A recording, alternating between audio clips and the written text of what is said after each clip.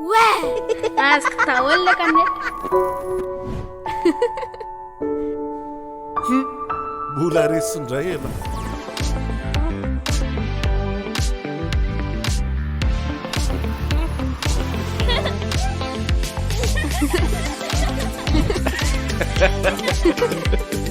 Tato, efa lori abonnement ve ty?